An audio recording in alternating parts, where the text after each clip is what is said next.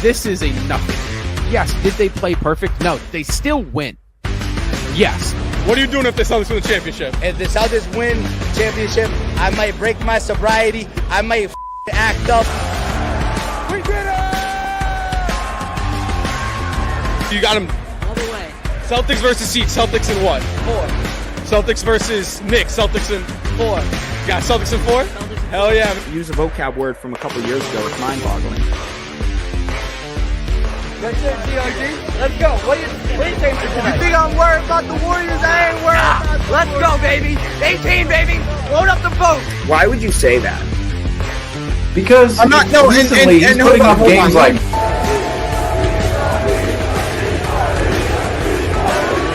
Above our head for the players. Literally right now. But I think when Marcus, especially Marcus, when he got traded, I think that was a wake-up call. You think right now Rob, it's still New York? I do. And when I think of the Celtics dynasty, honestly, one of the first names that comes to my mind is actually Brad Stevens.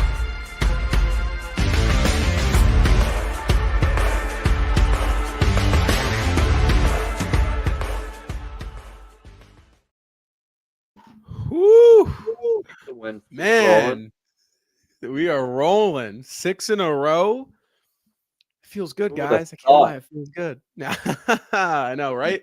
What is going on, everybody? Welcome back into another Celtics Talk Weekly post-game show. I am your host, Rob Haytayan. Join with me.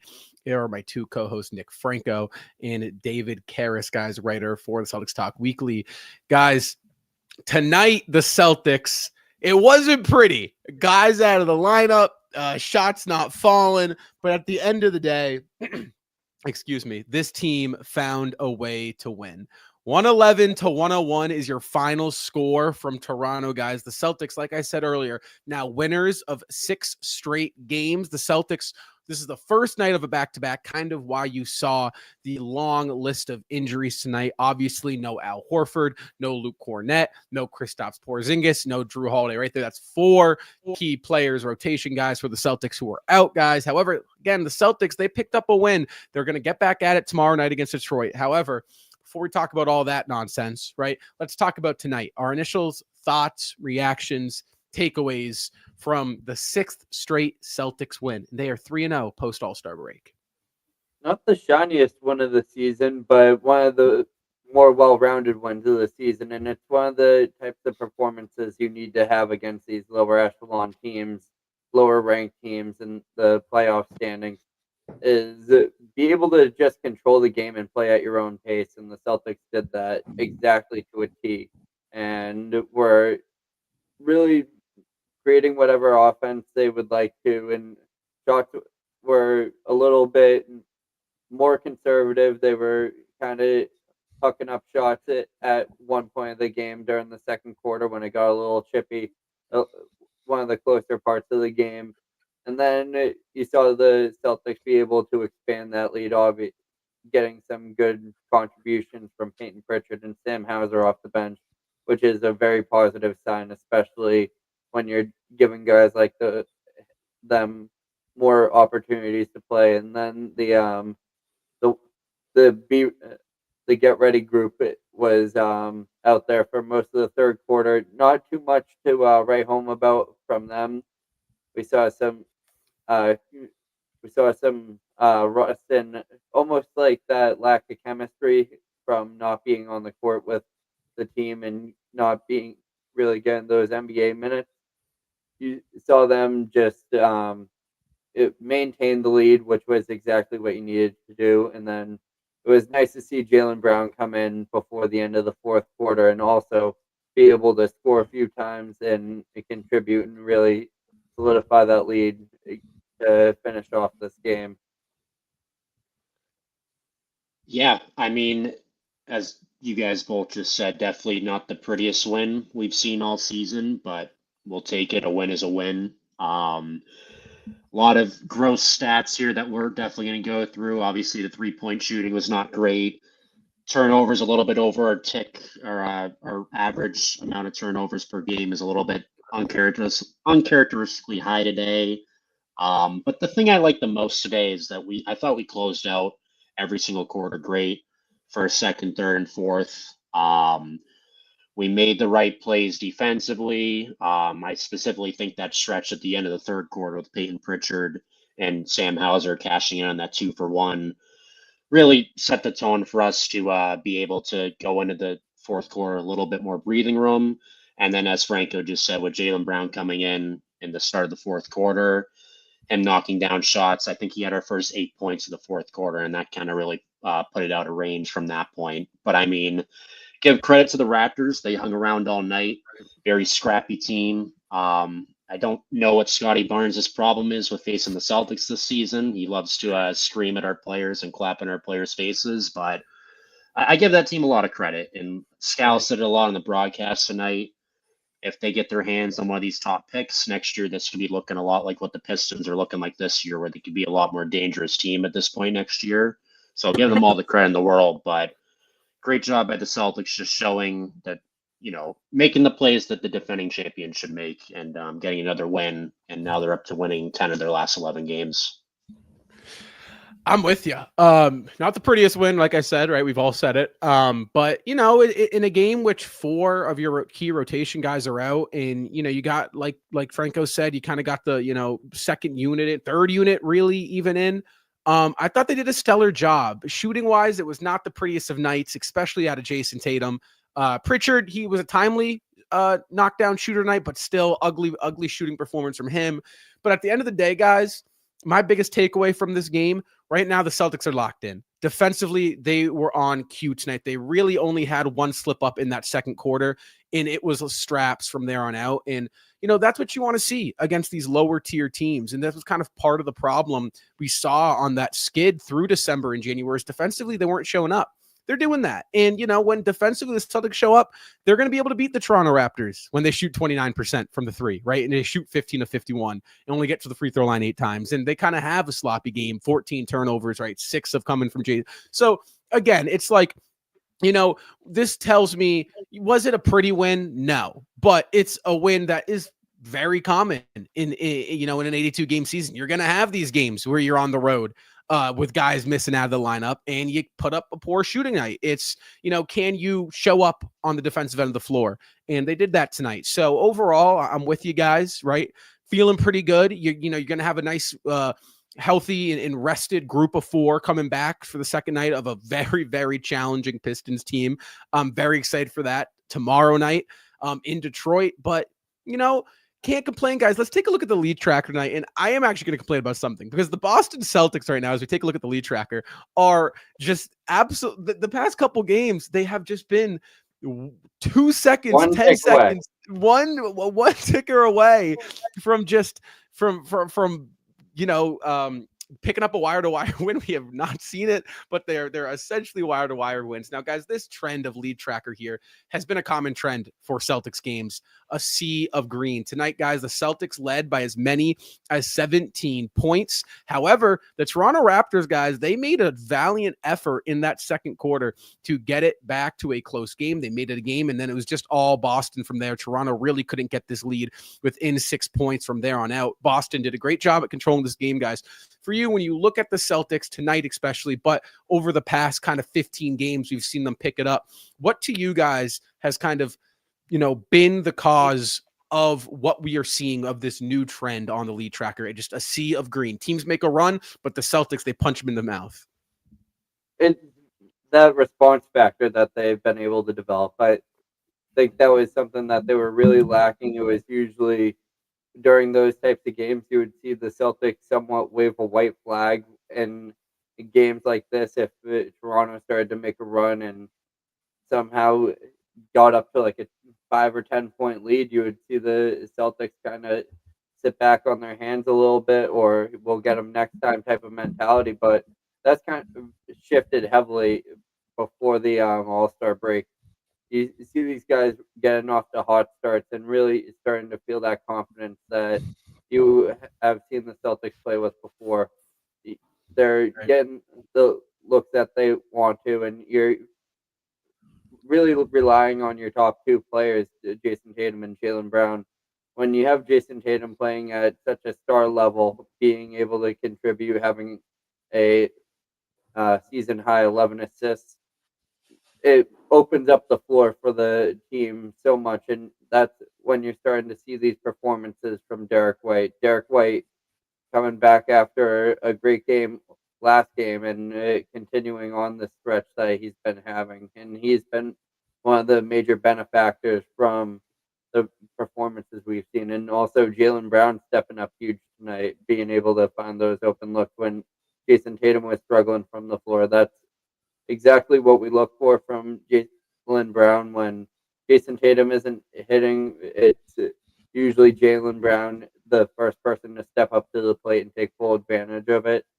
But you also see the other parts on this team contributing, and it's going to be an interesting stretch coming up. Obviously, back to back with Detroit, you're probably going to see a couple of players enter swapped out for the players who rested tonight.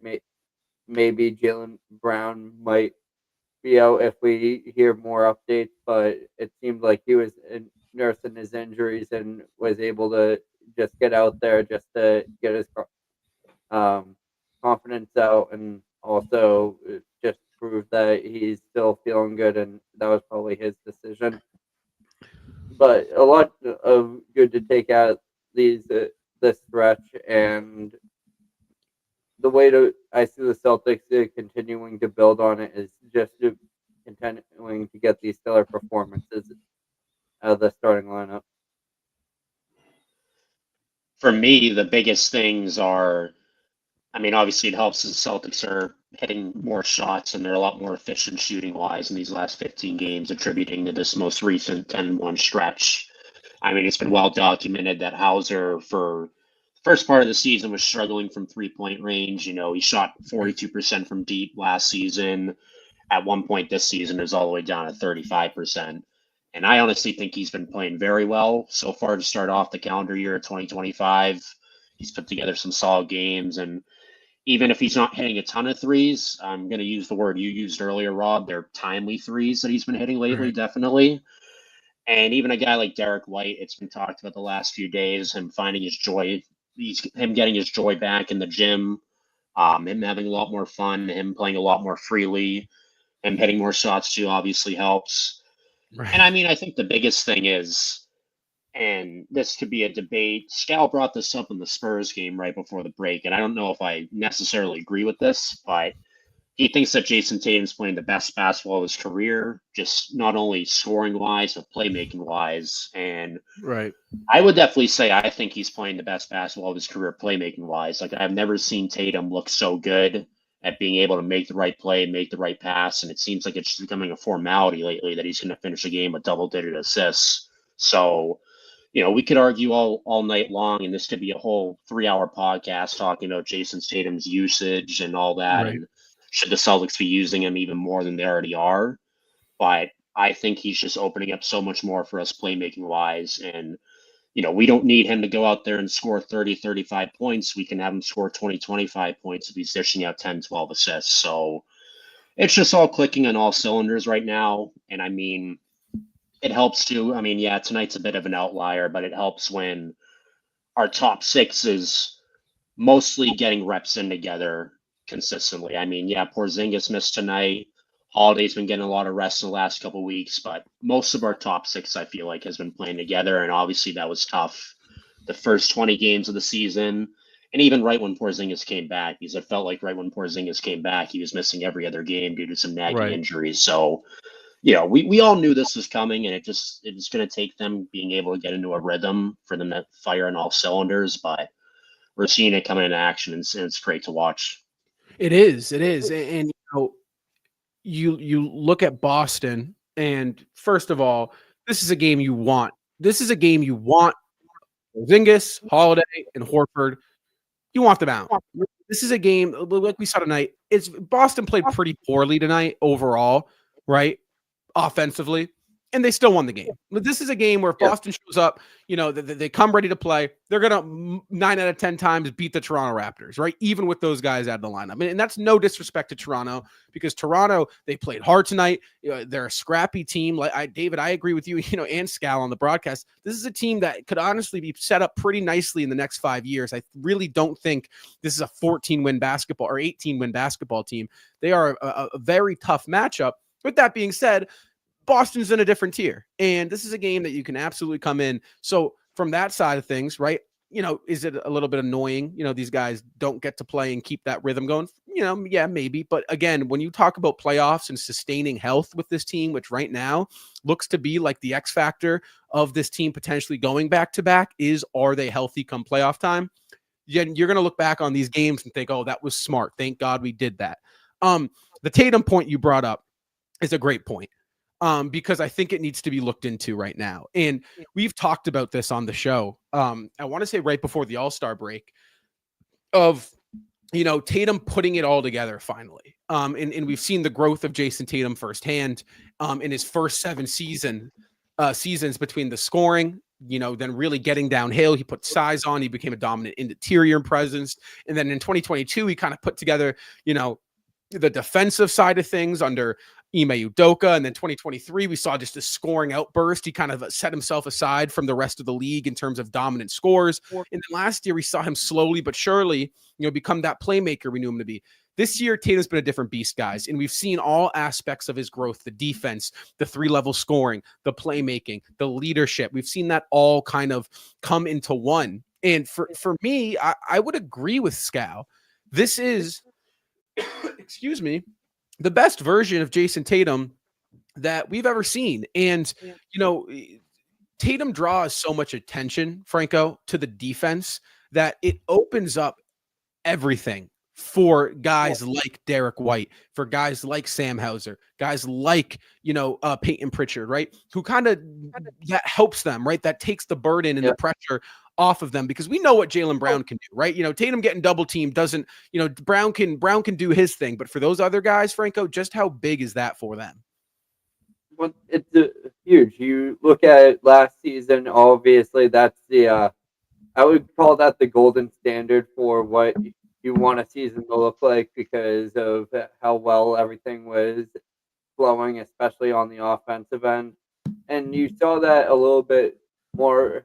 The teams tried to play a little bit more spread out against the Boston Celtics, and that was kind of the way to that wasn't a great solution for stopping this offense. You need to really try to cut the head off the top of this team, and that is Jason Tatum.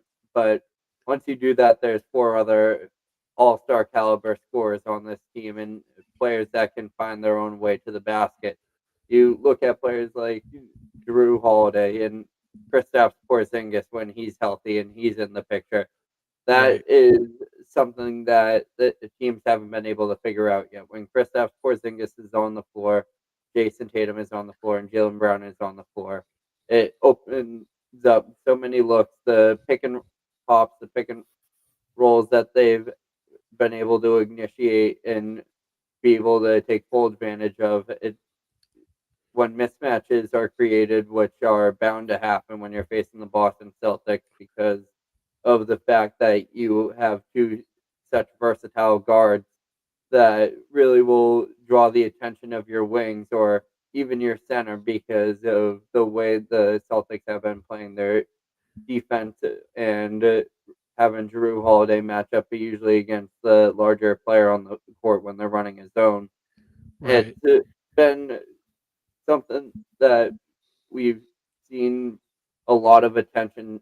As I said earlier, Jason Tatum drawing much more attention on the floor, which has really allowed him to show his maturity and not taking shots and forcing them up like we've seen in past years. And we've seen that improvement in his game where the game is flowing through him, not to him. He's being able to play make, being able to really drag out defenders, really be able to show off his skills on the driving.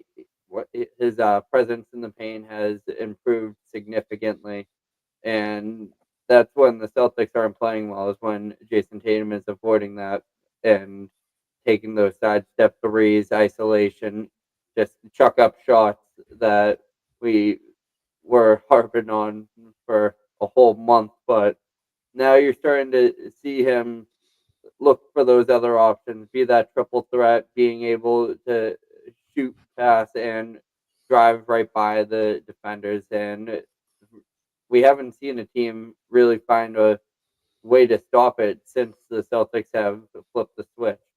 Right. And David, so my question to you, if you're an opposing head coach, right, on the coaching staff, and you got the Boston Celtics rolling up to your gym, and you got a game plan for Jason Tatum, how do you go about, and maybe this is a tough question, right? Because, I don't think there is a right answer, but how do you go about trying to stop him? Because when I think about it, if you send two at this point in his career, he's going to make the right pass 95% of the time. If you play him one-on-one, it's really tough to stop Tatum at getting to the basket. So if you're an opposing head coach, right, or on the staff, how do you go about this? Because right now his playmaking is starting to really dissect teams up. It's really a tough question. The only thing I can really think of is similarly to how the Celtics, and this might be a crazy analogy, but similarly to how the Celtics played Giannis when Ime was our head coach, of this idea of building a wall in the paint. Not building a wall in the paint, but like building a wall around the perimeter and forcing Tatum to stay around the perimeter and taking your chances with him from deep. I think that's honestly the best thing you can do. Yep. Yeah. Because, as much as we like Tatum, he's obviously not the best three-point shooter. We can all admit that. Us rational Celtics fans can admit that. And I think that's your best chance at stopping him. I've been on record, I think on post-game shows and in the articles I've written, where the highest percentage shots, even through that rough stretch for the Celtics, these from December and January, were from Jaylen Brown and Jason Tatum taking it right to the rim.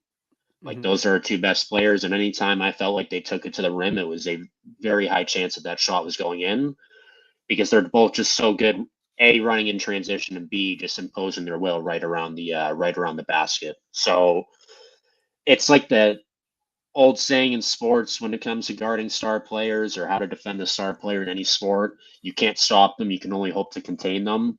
I think that's the strategy you have to implement with Tatum, and I would think you have to accept the fact that he's going to beat you in multiple ways, but you want to take your chances most with him, I'd say, from the perimeter and with his perimeter shooting.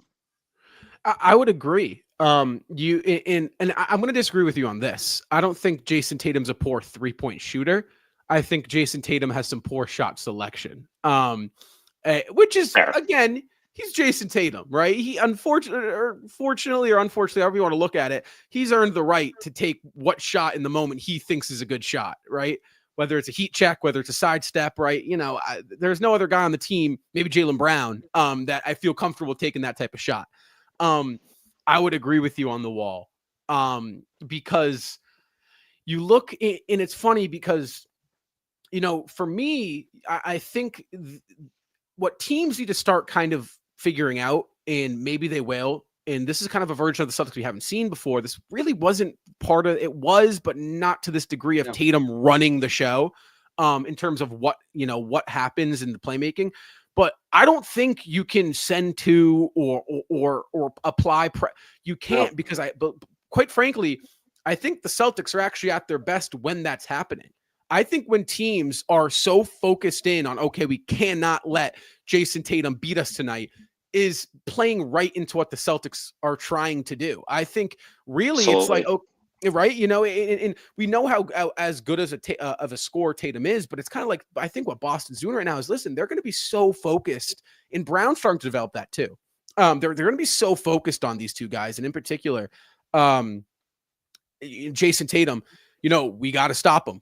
Tatum puts up 30. If Tatum, quite frankly, I think when Tatum's putting up 40, it's actually when the rest of the guys and the rest of the team is playing at their worst. So I would agree. I think you would need to put up that wall, right? guard him one-on-one with the wall help, right? Don't send two, guard him strict up one-on-one and hope Jason Tatum is coming up firing, right? And hoping he's just settling for shots because, right, they still might go in, but you know what? At the end of the day, it's like, okay, but teams need to pick. I mean, again, they don't need to because I'm a Celtics fan and I cover the Celtics, right? But if they don't pick up on the Celtics, them sending two and them putting three guys in front of Jason Tatum, like that is playing exactly into Joe Mazzulla and the Celtics' hand. So really, really interesting, I think, aspect of what this new version of the Celtics we're seeing post January 19th with Tatum running the show. It helps when guys like Derek White, guys like Jaylen Brown, guys like Sam Hauser and Pritchard, when their shots are falling. But I mean, right now, I think that's your best bet because, I mean, tonight he did not have a great shooting game, but again, 19.6 rebounds, 11 assists for Tatum. When Tatum's reaching that 11 assist mark, it gets really tough to beat this Celtics team.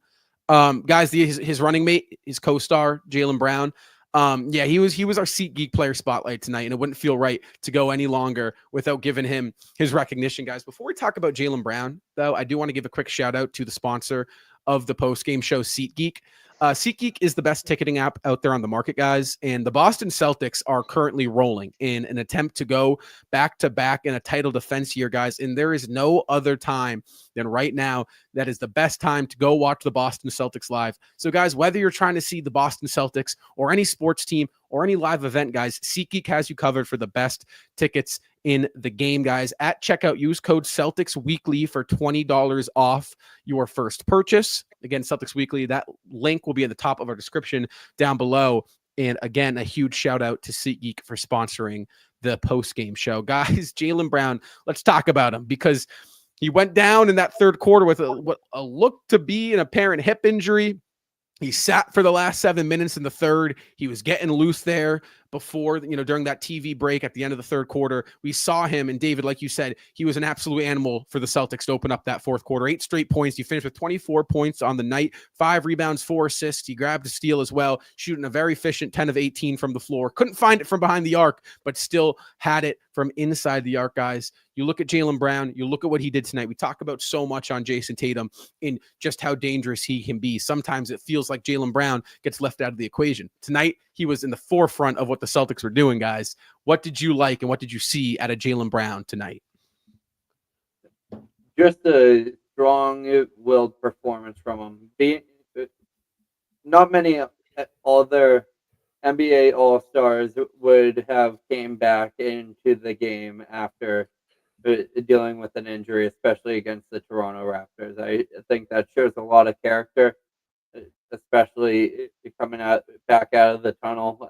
I was assuming that his night was going to be over during the second half, and he came out to start the third, which really was a good testament towards him. But being the energy shifter, he really did that when it came down to the fourth quarter. He knew it was time to wrap up tonight's game and get ready for their next trip, their flight over to Detroit tonight. And I think Jaylen Brown has really found his impact. And what I kind of realized during what you were saying before this was, I feel like the Celtics did try to make that transition over to the Jason Tatum, Jaylen Brown led offense during this year. And what we saw was that being developed. And I think it took a little bit for it to settle in and also for defenses to adjust properly to what the Celtics were trying to do when teams were guarding Jason Tatum, Jaylen Brown one-on-one, trying to mitigate as many players on the offense as they could. That's when you would see these worst performances, because you would see them taking not the best shot selections and also taking contested shots. But I think the game has opened up so much more for Jaylen Brown, and after this All-Star break, I expect his consistency to pick up and ramp up his progression heading into playoffs, and expect another strong run from him. And on the defensive end, he was also a pillar for the Celtics. It forced in a lot of Toronto Raptors to take dumb shots. The Toronto Raptors had a great game tonight in the paint, and we're keeping pace with the Celtics, mainly an effort thing on the defensive end, and also was a smaller ball lineup. We had Torrey Craig in the starting lineup. You see the Celtics really lock in on one-on-one matchups, and you saw them forcing Scotty Barnes to take challenging shots, RJ Barrett, and it worked out to the benefactor of the Celtics. And tonight's game was completely won by the defense, and also the sparked highlights from Jaylen Brown, which redirected them whenever the Toronto Raptors were trying to come back. Yeah, for me, I mean, this is just a classic Jaylen Brown performance. Hitting timely shots, hitting tough shots, and bringing the defensive intensity. He had a steal, one steal, but I mean, I felt like honestly his defensive impact was way more than that certain defensive statistic represents. The thing I like about what Jaylen Brown does is, especially tonight, he shot 0 for 5 of 3. Obviously, he has to be disappointed about that. But he took 18 shots overall, so around 70% of his shots were from where I think his bread and butter is within the 2-point range. That takes a lot of self-awareness and a willingness to put your ego aside as an athlete when you can make these adjustments in the middle of the game, when you understand that a part of your game isn't working for you that night, to be able to just turn it up at the other part of your game that is working. So, again, I just talked about it a few minutes ago where I think that Jaylen Brown has been incredible this season, right around the rim, scoring right on the basket. And I mean, even tonight, I love the way he was playing in transition as well, as I have all this whole season. So, he did have that stretch, obviously, where he missed most of the third quarter. Like Franco said earlier, we'll see what his injury status is regarding tomorrow. But I think he had another great game tonight, and just like so many times these last few years, he was able to carry us down the stretch and put the game out of reach by either finishing a quarter out strong or starting off a quarter strong. Yeah, I mean, he's the finals MVP for a reason. He's the conference finals MVP for a reason. I agree. This is the typical Jaylen Brown game. Celtics offense isn't going. They can't really get anything going from behind the arc. And there comes the energy shift. There comes Jaylen Brown, right? David, I love the point you made. Brown 0 of 5 from behind the arc tonight. You look at that at first glance and think, oh, geez, probably a bad Jaylen Brown night. Not at all. He did not let that dictate his game. And, you figure if those threes are falling, right, Jaylen Brown walks away with a 30-point night, 30-point plus. So, that's what makes Jaylen Brown so special. He can get any shot he wants in the paint. I believe that this is a guy who's probably one of the most efficient and tough to guard players inside the arc. And there's, that's a very, very, naturally gifted skill. It feels like to be so effective in that clogged up area. He was very good with the ball tonight. In my opinion, he had that one weird dribble off his foot that went out of bounds. Derek White had one too. I kind of felt like that was the trend of the night. But no, he led the Celtics tonight in scoring, and without him, the Celtics do not win this game by any means necessary. And his impact tonight was, it was unmatched. And guys, this is a guy where you see Jaylen Brown go down with that injury, right? And you think to yourself, because I'll tell you what. And I want your opinion. If there's two players on this team that you cannot afford to lose because your chances at it go, way further down at going back to back, it's Jaylen Brown and Jason Tatum. And that's that. I mean, Jaylen Brown is in that category with Jason Tatum as a solidified superstar in this NBA. And we bash on load management until a player goes down. You want to keep your players on the court as much as you can, but you want to keep them as healthy as you can at the same time. And being able to get some stronger performances out of the team will help out when it comes down to that. If this game was a 20-point lead in the third quarter. I'm sure that second group, J.D. Davison, Baylor Shireman, you'd be seeing Xavier Tillman and Jordan Walsh out there.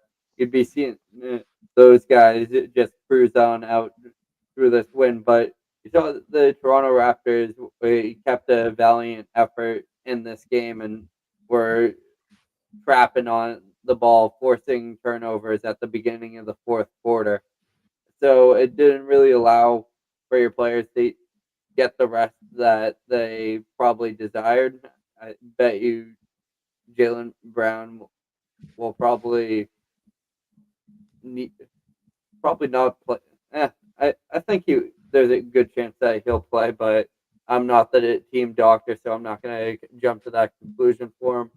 He did a good job of helping close out that game, but I really think that keeping a solid rotation and knowing when to bench those guys, obviously having Jason Tatum out on the court during that third quarter, that's something that is kind of weary when you see your all-star $55 million player playing next to the main Celtics in Toronto. So obviously they want to continue to have him score and contribute, but you need to be able to find those contributions elsewhere and be able to find those guys time to rest and avoid a stupid injury or something that could have been avoided. Yeah, I'm going to be honest. I thought Brown was going to be done for the night after he checked out in that third quarter. I thought that the coaching staff was just going to think, yeah, this might be tough to pull out without Brown being out on the floor, but we're playing the Raptors. It's not a sprint, it's a marathon still. We still have like 20 plus games left in the regular season. We got a back-to-back coming up. Let's just put Brown on the shelf tonight. Maybe sit him out the rest of tomorrow, give him a couple of days of rest because we don't want to risk anything. Especially, I just watched the game from Sunday this morning against the Knicks, and you see how Tom Thibodeau managed that whole Karl Anthony Towns situation, which I don't know if that's being talked about enough, but that would scare me if that were involving one of our two favorite players, how that was managed. But Jaylen Brown's an Iron Man. I mean, same with Tatum. Like, a couple of years ago, obviously, I hate to bring this up, but Game 7 against the Heat, sprains his ankle, but still plays 42 minutes that game. Obviously, not a game any of us want to remember, but, Tatum just wants to stay out there. He just wants to ball. Same with Jaylen Brown. I mean, Jaylen Brown's been hit a little bit more with the injury bug than any of us would have liked this year. Just hope, obviously, that he can stay healthy for the playoffs. And I mean, I don't want to be doom and gloom here, like a lot of our friends here as part of Boston sports media, but one thing that bothers me not bothers me, but just concerns me with, at least lately this season, is Tatum and Brown's minutes going up a tick. I think both of them are playing like a minute or two on average a game more this season than compared to last season. And like you see tonight, Tatum played 40 of 48 minutes. He's consistently been playing 36, 37, 38 minutes. I mean, 36 is the standard for Tatum, but lately it seems like it's been creeping closer to 40. Same with Brown. So, those rest days are going to come, but I get nervous that they're going to be worn out a little bit more come playoffs this year than compared to last year. And honestly, that should be expected to a point, because they played so much basketball the last year and a half, given an 8-month championship run, and with 3 of our key players going to the Olympics 6 weeks after that. But, I think a key part of our turnaround lately has also been the fact that the rotations have been tweaked a little bit by Joe, with Tatum and Brown seeming to close out and start every quarter together, with us, checking one of them out at like the 9-minute mark of the quarter, then bringing them back in at the 3-minute mark of the quarter. So, it's obviously helping when your 2 best players are on the floor for, more minutes. I mean, that's obviously going to help in theory. I mean, that's just common sense, but it does concern me slightly. Obviously this is all great and all, like the Celtics are in a great stretch, but it does concern me just a little bit to see our stars minutes going up a little bit. Well, let me ask you this. Do you think the Celtics can't be doing what they're doing without Tatum and Brown playing these heavy minutes? I think there's other ways too. I think I can keep on referencing last year, but that was really their main focus was the killer whale offense, was being able to attack and be able to have a next man up mentality. And I think they have enough star power to do so. I think between Chris Stapps and Drew and Derek White, you can almost, if you have Jaylen Brown or Jason Tatum and or either out of the lineup, I believe that those guys would feel comfortable stepping up into that scoring role. And let's say, this is all hypothetical, but if Jaylen Brown were to go out for 1 to 2 weeks with an injury and who couldn't play in 3 or 4 games, I feel like you could get a very solid stretch out of almost anyone else on the starting lineup. It wouldn't be ideal. It's a tough question because, like, yeah, I love obviously having them on the floor, and like I said, Tatum is going to always fight to be on the court. And I guess my biggest thing to elaborate even more is if we're like up 20 heading into the fourth quarter, and like we're playing the starters until like the 4-minute mark of the fourth quarter, when like we've been up 20 consistently the whole quarter. Like, I think I get it where like a 20-point lead in today's NBA is nothing.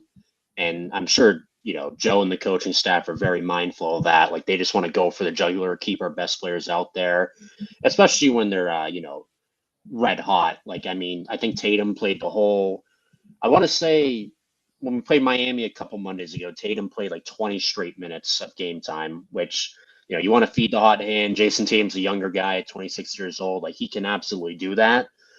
I guess more so it's just to, I guess, clarify my point. I get more nervous with like our end of game management when games are already in reach. I think Joe keeps the starters in a little bit too long sometimes, and that I just hope that doesn't come back to bite us. Right. Yes. And I agree. I will say, I think tonight in particular, it gets really tough to, go without Tatum and without Brown for an extended period of time, just because of how, scattered this lineup was tonight. I mean, again, you had Davidson and Shireman, and right now, I don't feel comfortable really dropping games. I think we're still in the stretch where it's like, okay, there is a chance to catch Cleveland. You have another meeting against them. You're only 5.5 games back. I believe it might be 6, depending on last time I checked, they were beating the brakes off. Yeah, they beat Orlando by 40. So you're 6 games back out of first. So it's still kind of within reach with 24 games remaining. So I agree, though. I think there are times where Joe leaves them in up 22 with about 8 minutes, 7 minutes, and you're kind of like, okay, like, they can take these 5 minutes off. But we'll have to see how long that goes for, I think, because maybe with 15 games left, he steers away from that. And that was my favorite quote from last year, where it's like, obviously load management has been a topic of the NBA the last few seasons, but like the Celtics load management is beating the brakes off of teams for 3 quarters and then being able to rest their stars the whole fourth quarter. So just something to monitor, but there has been a lot of miles on our best players' legs for these last 18 months, but hopefully we can do another special thing this next June. Right. Yeah, no, without a doubt. I mean, there definitely has been. And right. And it kind of poses the question, is this sustainable? We'll have to wait and see, because again, I think the hope right now is that, ideally, right, Boston catches Cleveland and, makes it a competitive race. But on the other flip side of it, you're kind of like, okay, is there a world, guys, where it's like, okay, no, it's almost better if Cleveland kind of solidifies the 1 seed, Boston solidifies 2. And with about 12 games left, Boston knows, okay, 2 weeks left in the season. We know we're locked into 2. We know there's really no reason to push for 1. We can kind of play the let's get ready for playoff games in tournament health. I think you can find a happy medium, and I don't think there ever should be a point in the season where the Celtics should ever reach complacency because they are just that good, and there's no reason why this Boston Celtics team should ever not be striving for first place. And even when if it does become mathematically impossible, I think you'll still see them playing the star players. The two games I like to highlight just in for example for the season is when we play two back-to-back games against Charlotte, and those are the final two. I believe the final two games before playoffs. There might be one more behind that, but during that series, I want to be seeing rotational players being able to step up and really engage themselves and get ready for that finals push and be ready for when their jersey number is called to come off the bench and be able to step in and fill in with the starters. I wouldn't say it as a type of like them getting used to it and intermingling with the starters or resting players and for load management, but I think you can definitely do that by utilizing your entire roster and getting players like Hauser and Pritchard to have stronger performances. And a player that I want to see a lot more of, who I've been extremely happy with the acquisition of, is Corey Craig so far. He's shown a lot of versatility, and as the defensive wing coming off the bench, that was almost a necessity with how teams were picking apart Sam Hauser earlier on the season on the defensive end, even though his defensive game has improved over the year, but over the past few years. But now Torrey Craig brings a whole nother asset, and once that's unlocked and completely utilized, there's a lot of different scenarios that his comfort on the court with this team will be a huge benefit for the Celtics and also allow for Jason Tatum or Jaylen Brown to take a night off or play hopefully 30 minutes, 35 minutes maximum. And you get to see players start to come in, and I think that's what the Celtics were shooting for with tonight's game, was a more relaxed second half, but the Raptors never lost their touch and were really going after the Celtics and forcing them to keep their star players out. So you just can't allow teams to put you in situations. That's why you have to just continue to put them to bed early, which has been the reason why the Celtics have won 6 straight. Yeah, I think for me, as long as the Celtics secure one of the top 2 seeds, I'll feel comfortable. I knock on wood. I don't think we're going to slip to third at this point. But I mean, obviously anything can happen. But I had forgotten about how much the play-in tournament changes things with playoffs. For one of the top 2 seeds, we'll be getting a whole week off before the before they play a game if you're the 1 or 2 seed. So hypothetically, if you're the Celtics, if we know we're going to be one of the top 2 seeds by that last, 2-game home series against Charlotte, you can rest all your guys, your top guys, those last 2 games, and you can get them like 10 straight days off before they play another game. So that's just something that clicked in my head. And then as for the game coming against Cleveland on Friday, just to jump ahead a little bit quickly, I think if we win that game, we're definitely still in the hunt, I would say, to have a real chance of getting the 1 seed, excuse me. But I think if we don't win that game, we may have to consider the possibility that it's going to be unlikely that we get the 1 seed. But yeah, as long as we just have one of the top 2 seeds and you're guaranteed home court advantage for at least the first 2 rounds, and I'd be happy with that. And I mean, for me, and I think the coaching staff has echoed this maybe last year and definitely in years past, like the seeding will work itself out. Right. But as long as we all, I think, just keep seeing the Celtics play winning basketball at such a high clip like we've seen lately, then we'll be perfectly happy. And like that was my thinking 3 years ago when that was the biggest, the hottest thing in the Celtics community was, coming in that final game in the regular season against the Memphis Grizzlies. Do we drop that game to go up against the Raptors in an easier matchup? Or do we win that game, stay in the 2 seed, and face the ever scary number 7 seed Brooklyn Nets? Right. And I'm just all about playing winning basketball and letting the chips fall as they may. And obviously that worked out then. So yeah, as long as the Celtics just keep winning, then I think we'll all be happy with that. I agree. And honestly, I think right now where the Celtics come from and what they look like, I've seen almost enough. Almost. I need about one more month of this, right? Give me until March 25th of what I'm. You don't got to win every game, right? But say if they Detroit tomorrow night, guys. If we're talking about that, that's a trap game. That's a trap game, man. Celtics haven't won in Detroit in 7 straight games. Detroit is on a hot streak. They're playing really good basketball, a game and a half back out of 4th. Boston's obviously on the second half of back-to-back. They might have guys in and out. That might be the trappiest trap games I've ever seen, right? And so say, which again, I'm going in tomorrow night, with high expectations, right? Going to be a great game. I'm really excited to watch this Detroit Pistons team, who've turned it around in a year, play basketball against the defending champs. But say they drop that. Okay, respond again, right? What did we see last year? Oh, you lose a game, 5 more in a row, right? There it is. We go back on another run. So I want to see that. And if I can see that until March, then I really don't care where we're at seeding wise. Then it's prepare for playoffs. Then it is okay. Tatum, you're out tonight. Brown, you're out tonight. Okay, Brown, Tatum, you're playing 25 minutes tonight. Porzingis, you're out. Then you start managing. And you start really getting into, okay, let's keep them warm, but we're not overexhausting them. Because again, this is a team now.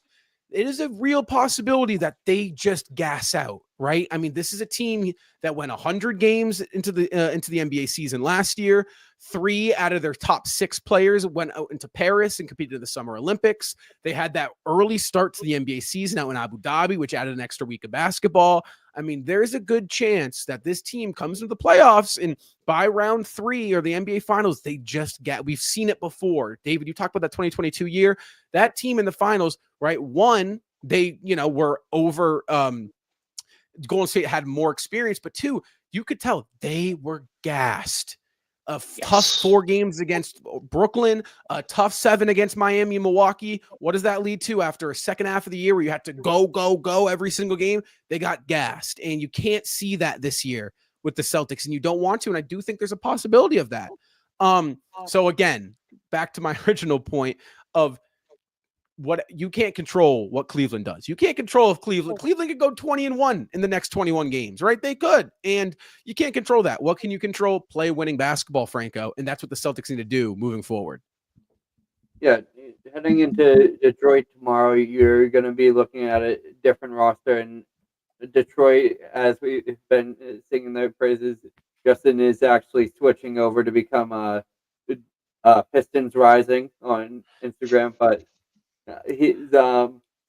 this is now a team that you have to look out for. Obviously, in past years, this is a type of team that you would see as a trap game and someone that could really slip behind the Celtics, and the Celtics could be looking past their opponent. But the Detroit Pistons are not a team to do that to anymore. They've really assembled a lot of young talent, sprinkled in with a lot of veteran talent.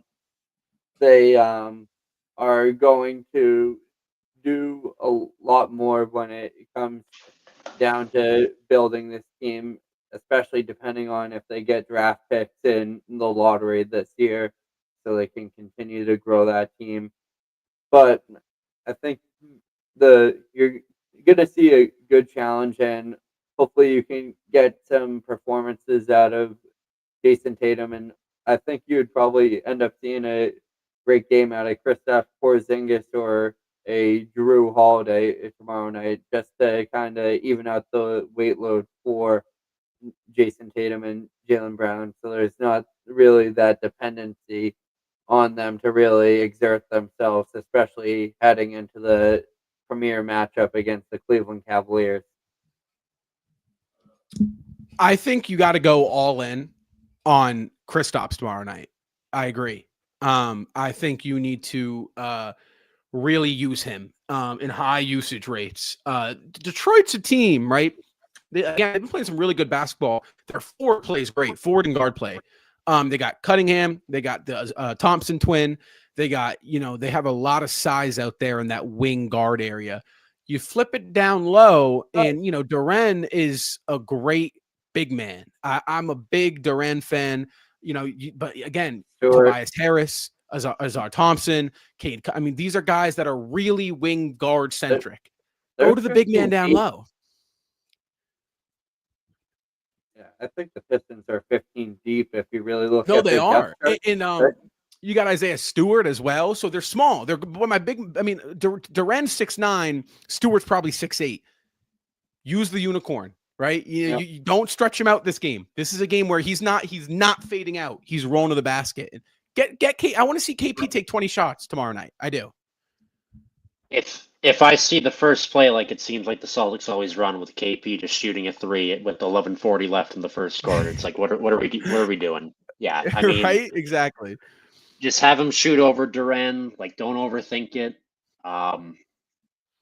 Just take it to the hole, like what we've been doing so well. I mean, I keep being a dead horse. We all say it ad nauseum, but like, especially in this most recent run, like, the Celtics shot 51 threes tonight out of 93 shots. Like, it's crazy that we continue to shoot like 50 to 60% at a 3-point attempt rate.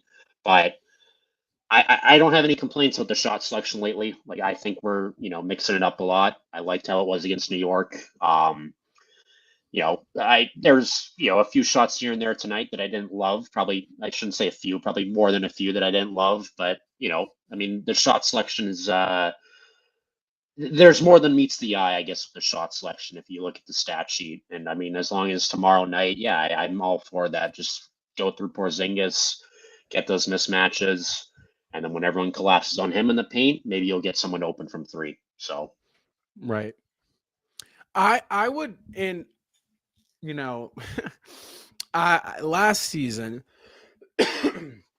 I put out my playoff preview, my playoff bracket prediction, and I had Indiana getting out of the first round, losing to the eventually New York Knicks in the second round, and I picked Indiana kind of because the Eastern Conference framework right now, guys, is very. There's the Celtics. You could put Cleveland in that, even though this is the first year we've seen this out of Cleveland. But in my opinion, you have the Celtics as the top dog, and then the rest is unknown, right? It is unknown. It is what team is going to be hot coming into the playoffs. Right now, guys, you look at what Detroit's doing, and obviously there is still a month and a half left of regular season basketball. But if they are doing this come April, I think this is the team that Boston could see in the Eastern Conference Finals. And I know that might sound crazy to say, but when you look at I know, but when you look at what Indiana was doing last year and how they looked and what a first round matchup it looked like for them in these young, scrappy wing/forward centric teams, wing/guard centric teams, Indiana is a prime example last year. I think Detroit might fall into that. I think they might make a run. Yeah, the bad boy Pistons. I think they're definitely going to be able to get a good matchup. I think there's more of a possibility of us matching up with them in probably the second round. I think if depending on the way things align, I think my prediction so far is that we see either the Bucks or Knicks take that third slot in the East, and I had the Pistons slotting in at that 6th seed. So if the Celtics did end up as the 2nd seed and advancing, and as well as the Pistons, that would be the second round matchup. But I definitely have a good amount of confidence. This was my dark horse team heading into the season. I'm pretty sure I got laughed at on one episode for saying it. They've really just put together such a good team, and it was around time that Cade Cunningham really arrived on the scene. remember all the hype around him. It kind of went silent, but that's due to the NBA national marketing not really showing off their young teams and not really advertising the Detroit Pistons as a young upcoming team. They kind of advertised them as, oh, it's the Detroit Pistons. You can see them on NBA League Pass in the fourth panel if you're on Multiview.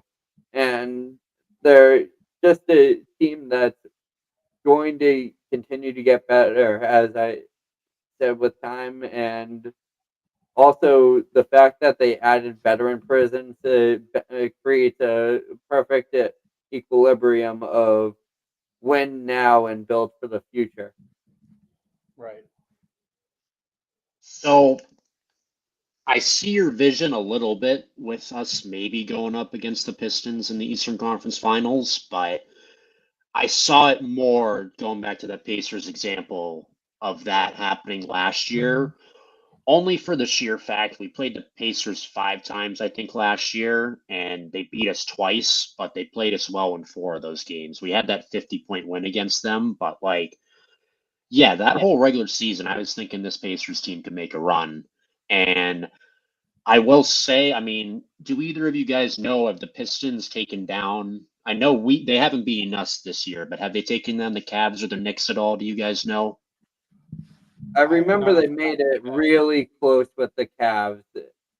I think that would be their last matchup, and Darius Garland had to win it on a half-court buzzer beater. But that is actually something. Well, I also do think, right, as much as I can see, and again, it's like, okay, because these Eastern Conference young up and coming teams, right, are, I mean, it's kind of like it's a trend, right, that you're starting to see. Orlando's another one. I mean, Orlando would be up there in the standings, guys, if it wasn't for those Franz and Paulo Banchero oblique injuries at the start of the year. I mean, they were the 3 seed up until that happened. You got Orlando, you got Indiana, you got now in the conversation Detroit. I think Toronto in about 2 years will enter that conversation as well. You got these young teams, and again, you look at the framework of the NBA. The Celtics are what we've seen the past 5 years. The Bucks, the Heat, the Sixers, and the Celtics. The Celtics are the only one who really still have their young stars left. The rest of those teams are starting to fizzle out, and I think the new generation of the Eastern Conference is starting to emerge. And in that, I think the the Pistons are coming up. I will say this. I do think there's a chance they got a little Orlando magic in them from last season, where really competitive team all season long. They're playing really well. That first round matchup, they're probably the better team, but experience gets the best of them in a 7-game series. I do think you could see that trend as well. Yeah, it's really hard to choose who's going to come out of the East at this standpoint. Like we've said, on paper, it would have been the Knicks at the beginning of the season. However, we've seen what's transpired throughout this season. We on our last time covering a game against the Knicks, it kind of really just seeing that they're not going to live up to the expectations they set for themselves. And obviously they've been dealing with injuries. Mitchell Robinson will be coming back into their lineup at some point within the next few weeks or this week. So that's a huge addition that they haven't had all season. Kind of will help out Karl Anthony Towns potentially. Could see them move Karl Anthony Towns to the 4 and drop Josh Hart to a 6-man position or something of the sort. But when you look around, the Eastern Conference is kind of up for taking for that position against the Boston Celtics right now. It's just a matter of who's going to step up. Obviously, the Cleveland Cavaliers have been the team that have looked at it like it throughout this season, and especially staying aggressive at the trade deadline, adding DeAndre Hunter DeAndre Hunter was a huge addition for the Cleveland Cavaliers, asserting their starting 5 and with their depth as well. So I wonder if their power is going to stick around, and who knows what happens in a matchup against them and the Pistons, because that's a rivalry within itself, and those types of upsets I think are going to be very frequent in this year's playoffs because of how obscured and how unidentified a lot of the teams in the NBA are. That's it right there. That's it. Unidentified. What you just said. When you look at the East, it's none of these teams. Milwaukee is the only team that has proven something come the playoffs, right? I get it. Cleveland is a team that's played red hot all year long, but I don't look at Cleveland and think, yeah, they got a free pass to the Eastern Conference Finals to eventually see the Boston Celtics. When you look at Boston, right? This is now since 2020, they're 4 Eastern Conference Finals appearances in 5 years, in 5 seasons. So you kind of see Boston, they got an NBA championship, they got 4 and 5 years appearances. You kind of think, okay, yeah, they're probably going to be there, right? Odds are, right? 4 out of 5 odds are telling me that, yeah, they're probably going to be there. They have that respect. They have earned that. No other team in the East has. I mean, even Milwaukee, right? Since 2020, they've only been to the Eastern Conference Finals once, and it was their championship year, right? That's something. I'm not taking that away from them, but, it has been the Celtics and a different team every year playing to go to the NBA Finals, essentially. And, is that different team Cleveland this year? Maybe. But I look at the framework of the East, and I'm like, oh, this could get interesting. You could see, I mean, no one had Indiana last year.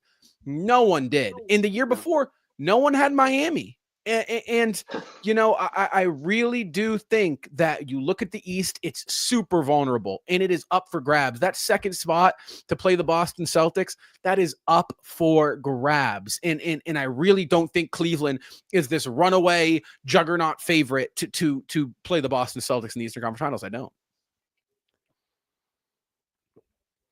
Yeah, it's going to be interesting. I mean, who knows? Maybe we'll see the Pacers again this year. Celtics Pacers Eastern Conference Finals. I mean, they beat us twice this year.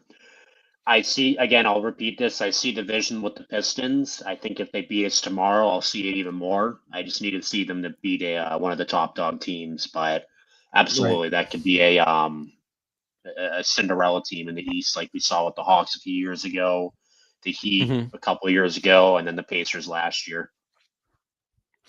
It will be interesting to see, and I can't wait for it, and it gets me excited as we're gearing up for the NBA playoffs. We're getting closer, and the Celtics are getting better, and it's very exciting, guys. Now, before we close off the show, I just want to say tonight was the Celtics' 6th double-digit win in a row. Every win so far in the 6-game winning streak has been by 10 or more. Maybe tomorrow night that double-digit streak breaks as the Boston Celtics are heading on the road in the second night of a back-to-back to play the red-hot Detroit Pistons. Guys, this Detroit Pistons team is on a 7-game win streak. This is their first 7-game win streak since 2015. This is a team that has been losing a lot of basketball games in the past decade, and they are back to their winning culture. Their fans are going to show out. They're going to show up for this matchup against Boston, and is going to be very, very exciting to watch, guys. However, for tonight, the Boston Celtics were able to beat the Toronto Raptors on the first night of a back-to-back, 111-101, which was your final score. Jaylen Brown led the Celtics in scoring tonight with 24 points. He added along 5 rebounds and 4 assists in his SeatGeek Player Spotlight campaign. Guys, again, tomorrow night, the Celtics are going to be tipping off against the red-hot Detroit Pistons. That tip-off will be at 7 o'clock Eastern time. However, after the final buzzer sounds in that Celtics game, come right back here to Celtics Talk Weekly YouTube channel, and we will have you covered live for post-game show. Guys, before I sign off, and before I say goodbye, I do want to say, if you're not already subscribed to the YouTube channel, subscribe. It would help it out. You guys are showing some amazing love as of late. And if, while you're at it, hit that like button and turn on that post notifications, because you want to get alerted every time we go live or put out a video. So guys, until next time, you know the deal. Cue that music. Rob, Franco, Dave.